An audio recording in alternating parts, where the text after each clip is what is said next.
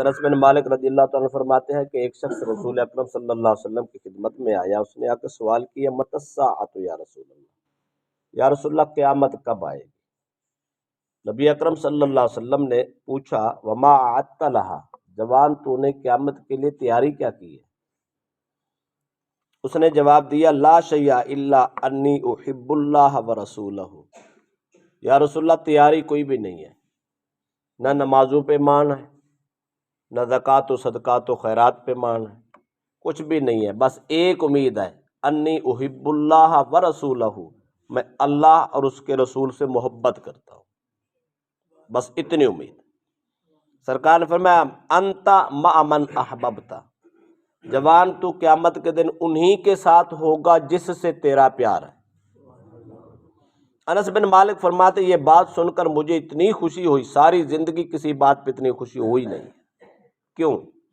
فرماتے اس کی وجہ یہ ہے کہ جب سرکار نے فرمایا تو اسی کے ساتھ ہوگا جس سے تیری محبت ہے، فرماتے ہیں انی احب النبی و ابا بکر و عمر، حضرت انس فرماتے ہیں میں وہ شخص ہوں جس کو مصطفیٰ سے بھی محبت ہے، ابو بکر و عمر سے بھی محبت ہے، تو میں امید کرتا ہوں میرا حشر صدیق اکبر، فاروق اعظم، محمد مصطفیٰ کے ساتھ ہوگا، اور اس بات میں کوئی شک نہیں، جس سے پیار ہوگا حشر اسی کے ساتھ۔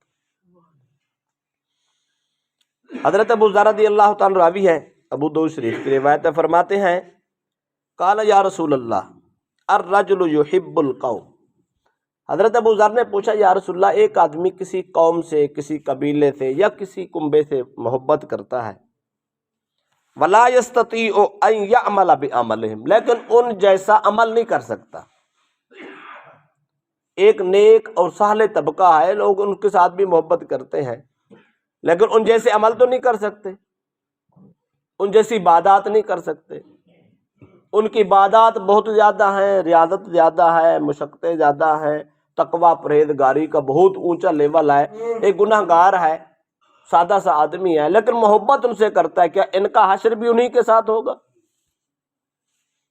تو نبی اکرم صلی اللہ علیہ وسلم نے وہی جواب دیا، فرمایا انت یا ابا ذر مع من احببت، فرمایا ابو ذر یاد رکھ جس سے تیرا پیار ہوگا تیرا حشر اسی کے ساتھ ہوگا، عمل نہیں دیکھے جائیں گے کہ کس کے زیادہ کس کے کم ہے، پیار دیکھا جائے گا، الفت دیکھی جائے گی، محبت دیکھی جائے گی۔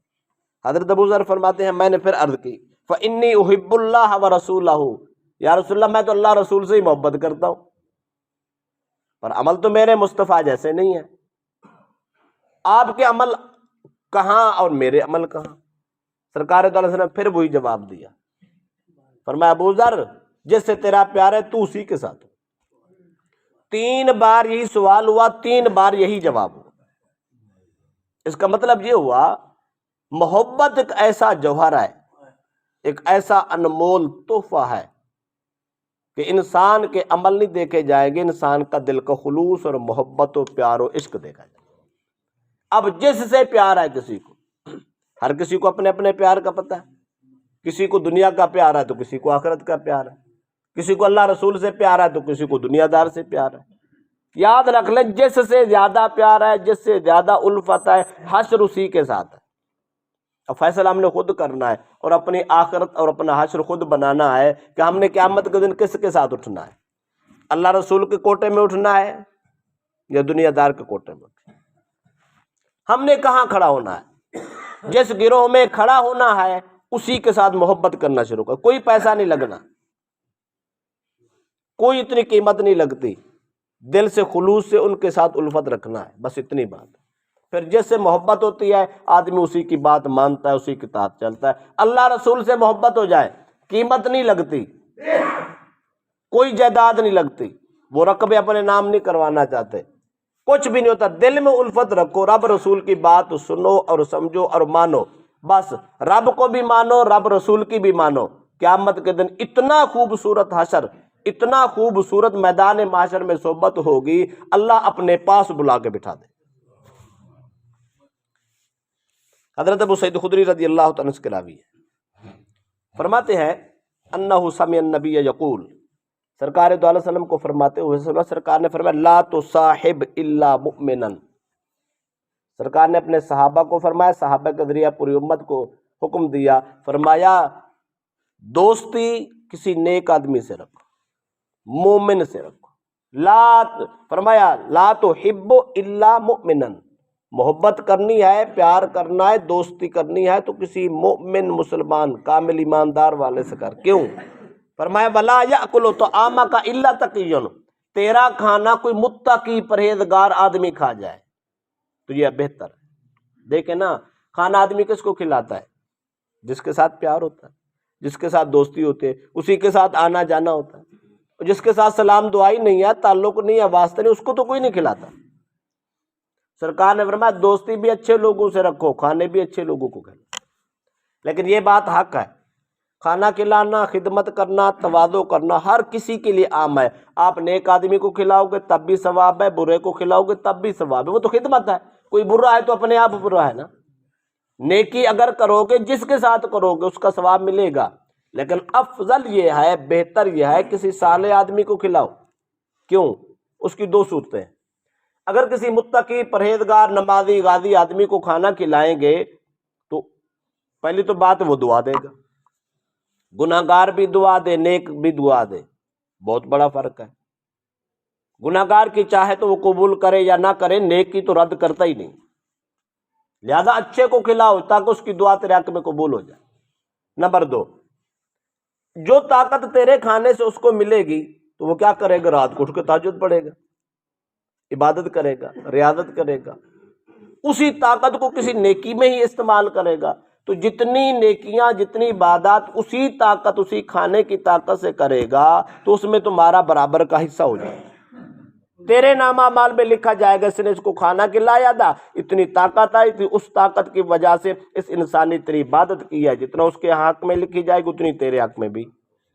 حکم شریعت یہ ہے، حکم رسول یہ ہے، فرمایا کسی نیک آدمی سے دوستی کیا کرو تاکہ تیرے کھانے اور تیرے دسترخوان پہ کوئی نیک آئے، متقی پرہیزگار۔ تو لہذا نیکوں کے ساتھ محبت یہ انسان کو کامیاب کرتی ہے۔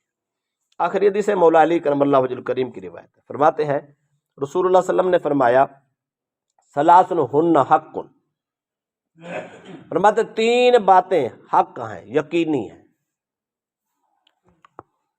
لا یجعل اللہ من لہ سہم فی الاسلام کمن لا سہم لہ، نبی اکرم صلی اللہ علیہ وسلم نے فرمایا ایک آدمی کا اسلام میں حصہ ہے، یعنی وہ اسلام کے کام کرتا ہے، اسلام کی خدمت کرتا ہے، دین کی خدمت کرتا ہے، دینداروں کی خدمت کرتا ہے، نیکی میں بڑھ چڑھ کے حصہ لیتا ہے۔ ایک آدمی کا اسلام میں حصہ ہے۔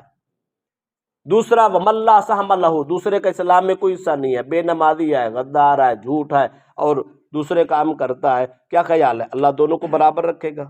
فرمایا نہیں، حق یہ ہے کہ اللہ جو دین کا کام کرتا ہے، اسلام میں حصہ ڈالتا ہے، نیکی میں حصہ ڈالتا ہے، اللہ اس کو جو رتبہ عطا کرے گا وہ دوسرے کو نہیں کرے گا۔ لہذا ہم نے خود فیصلہ کرنا ہے ہم نے کہاں سے کچھ لینا ہے۔ نمبر 2، دوسری بات فرمایا یہ بھی حق ہے وَلَا يَتَوَلَّ اللَّهُ عَبْدًا فَيُوَلِّيَهُ غَيْرَهُ، رسول اکرم صلی اللہ علیہ وسلم نے فرمایا جو آدمی دوسرے، اللہ تعالیٰ کسی آدمی کو جب دوست بنا لیتا ہے تو اس پر دشمن کو مسلط نہیں کرتا۔ جب اللہ کا کسی سے پیار ہو جاتا ہے تو پھر اللہ اپنے محبوب بندے، اپنے دوست کا حیا کرتا ہے، اس کا خیال بھی کرتا ہے، دشمن کو کبھی غالب نہیں ہونے دیتا۔ دشمن کتنا بڑا طاقتور کیوں نہ ہو، اللہ کا دوست بظاہر کمزور کیوں نہ ہو، لیکن پھر بھی غالب اللہ کا دوست ہی رہتا ہے۔ دشمن کبھی مسلط نہیں ہوتا، کیوں؟ اللہ اس بندے کی خود حفاظت کرتا ہے، اس لیے کہ رب کا اس سے پیار ہوتا ہے۔ لہذا رب کا پیار بنانا چاہیے، پھر دنیا کا کوئی خوف نہیں، کوئی خطر نہیں، کوئی پرابلم نہیں ہے۔ دنیا جو دل چاہے کرتی پھرے، کچھ کر نہیں سکتی، بلکہ وہ بندہ عزت پا جاتا ہے جس کا جارانہ خدا سے ہوتا ہے۔ فرمایا تیسری بات بھی حق ہے، وہ کیا ہے؟ فرمایا وَلَا يُحِبُّ رَجُلٌ قَوْمًا إِلَّا حُشِرَ مَعَهُمْ، جس آدمی کا جس قوم سے پیار ہوگا یہ یقینی اور حق بات ہے اس کا حشر اسی کے ساتھ ہوگا۔ دیکھیں ایک آدمی کا اولیاء سے پیار ہے،